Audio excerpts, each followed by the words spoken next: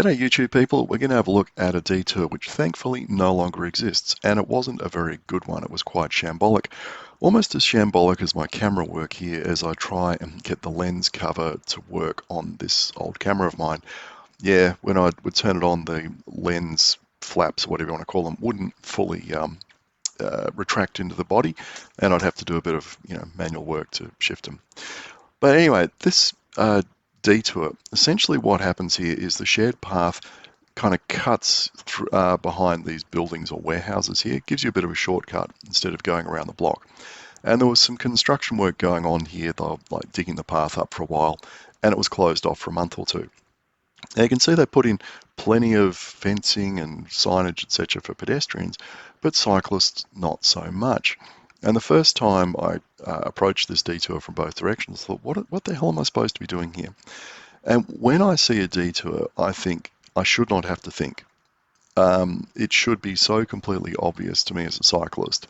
I do not have to engage my brain.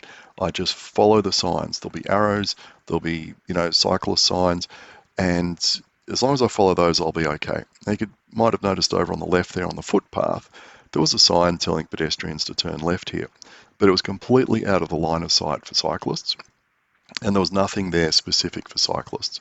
Now, if you know the area, and obviously there's a bike lane here and all that kind of thing, getting around this detour is a no-brainer. You just go around the block. But you've got to also approach it from the view of someone who doesn't know the area, a tourist or a visitor or someone who's jumped on a bike for the first time and come into the city to go exploring. Where are they supposed to go? Where's the information for them?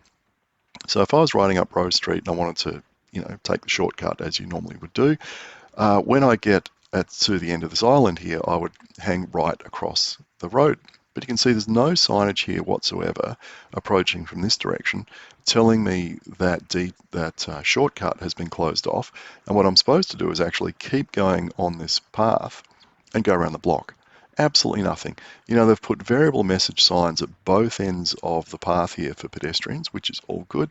There's lots of traffic cones, there's fencing, there's, pedestrians turn left, pedestrians turn right, all that kind of stuff, but nothing for a cyclist approaching in that bike lane. Now, like I said, someone had moved the fencing on this particular day. I think a couple of days later it actually officially opened and they removed the detour, so, this was just on a weekend.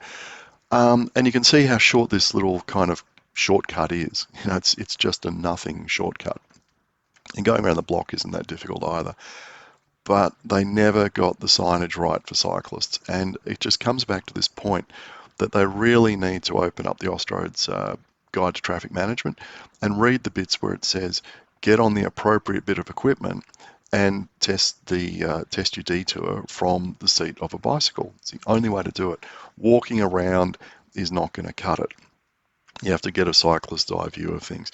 And I think if they'd done that, they might have just put up a couple of more signs for cyclists, and it wouldn't have taken a lot. 3, 4, 5 signs in total would have made this a much easier detour to navigate. So I'm just going to file it away here in the lessons learned of, we can learn from the good detours as well as the bad ones. This was definitely a bad one, and yeah, that's it.